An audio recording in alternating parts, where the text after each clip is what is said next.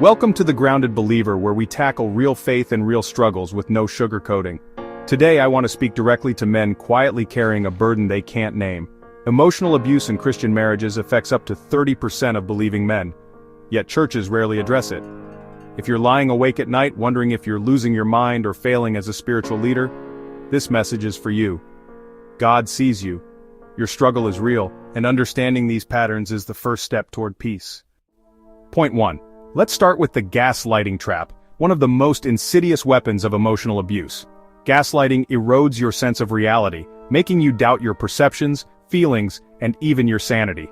Proverbs 27:6 says, "Faithful are the wounds of a friend, but the kisses of an enemy are deceitful." When your spouse twists the truth, it's soul-destroying. You start second-guessing your every word and motive.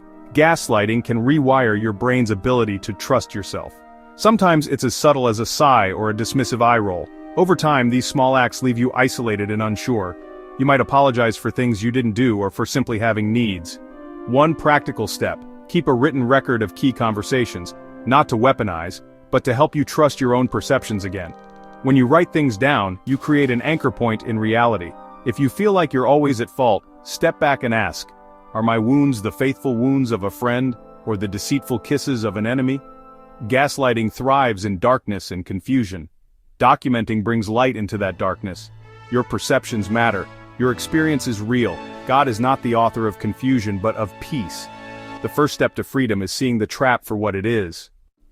Point 2. Now let's talk about the reality distortion field. Emotional abuse doesn't just make you question your memory, it makes you lose yourself. God designed us for connection, not for relationships that tear us down. In an emotionally abusive marriage, you can feel profoundly alone even together. Healthy relationships reinforce our sense of self, but constant criticism fractures your identity. You become a shadow, always adapting to avoid conflict. I remember not knowing what I enjoyed or believed, always filtering through my wife's likely reaction. That's not partnership, that's captivity. Try this. Write down 3 truths about yourself that don't depend on your wife's opinion. These truths are the foundation of your identity. The reality distortion field convinces you your only value is keeping the peace. But God's truth about you is unchanging. You are loved, called, and have inherent dignity. Small acts of self-affirmation chip away at the lies. It's not prideful to recognize your worth, it's essential. Losing yourself isn't servant leadership, it's enabling dysfunction. True partnership is about mutual respect, not self-erasure. Take back your identity, one truth at a time. You're a man created in God's image, worthy of love and respect. Point 3. Let's move to the definition deception. One of the greatest obstacles Christian men face is naming emotional abuse for what it is. Ephesians 5:25 commands husbands to love their wives as Christ loved the church, but that doesn't mean accepting treatment that destroys your spirit. There's a false guilt that says noticing mistreatment means you're failing as a leader. But Christ's love is sacrificial and honest. It sets boundaries and never enables evil. Emotional abuse often hides behind biblical language. You might hear, if you were more Christ-like, I wouldn't treat you this way. That's manipulation, not exhortation. The definition deception makes you question if what you're experiencing is bad enough. Here's a test. Would you want your son to accept this treatment? If not, neither should you. Endurance without truth becomes complicity. Naming abuse is stewardship, not rebellion. Emotional abuse is real, and wounds of the heart can be devastating. Hold fast to the true definition of love and don't settle for less. Point 4. Now let's expose the isolation operation. Ecclesiastes 4:12 reminds us, a cord of 3 strands is not quickly broken. Isolation is a classic tactic in abusive relationships. The abuser cuts you off from friends, family, and church, leaving you vulnerable. You might hear, your friends don't care about you, or why talk to your family so much? Over time, you withdraw, convinced no one would understand. Isolation is the enemy's playground. God created us for community and brotherhood. If you're withdrawing, push back. Rebuild just one trusted relationship. You don't have to share everything at once, just reconnect. The burden is lighter when shared.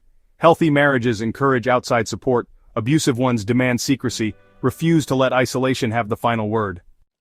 Point 5. Finally, let's talk about the pattern recognition checklist. Abuse isn't a one-time event, it's a pattern that opposes the fruit of the Spirit.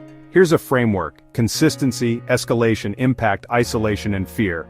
Consistency. Does mistreatment Happen repeatedly. Escalation. Does it get worse when you set boundaries? Impact. How does it affect your faith and health? Isolation. Are you cut off from support? Fear. Are you anxious to speak your mind? If you check more than one box, you are likely facing a pattern, not a one-off mistake. Patterns matter more than promises. True repentance is proven over time, not just words.